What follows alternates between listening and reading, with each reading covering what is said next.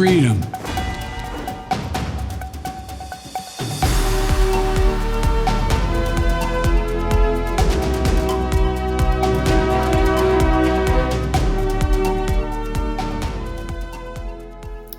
I think there are several reasons why Joe Biden took his time to decide whether he would run again as president. One reason is certainly that he wanted to wait and see what the Republican field would look like. So what Republican candidates would enter the race for the Republican nomination for the presidential candidacy. The more crowded that field is, the more likely Donald Trump will receive the nomination of his party. And when we're looking at prediction markets, when we're looking at surveys at the moment, then it's quite clear that Joe Biden is the most likely to beat Donald Trump if he were the Republican candidate in 2024.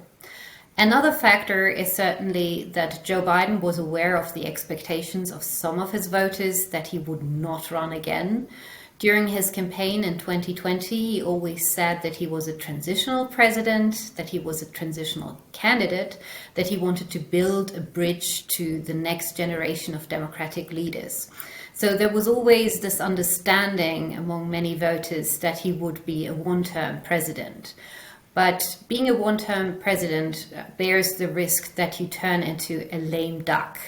A so-called lame duck president is a president who has no longer any force, any persuasion, any persuasive powers with Congress, and has no prospects of getting his ambitious legislative agenda through Congress.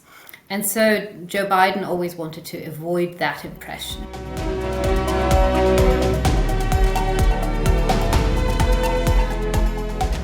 Two candidates have already entered the race for the Democratic nomination, but these are people who do not even have outsider chances of getting the nomination, of securing the nomination. And when we're looking at those politicians, those governors, senators, congressmen and women, we will not find a single one who would question the president's right to receive the nomination. It would be a major crisis. It would lead to a major crisis if a presidential hopeful emerged from the midst of those Democrats we've been talking about as likely candidates.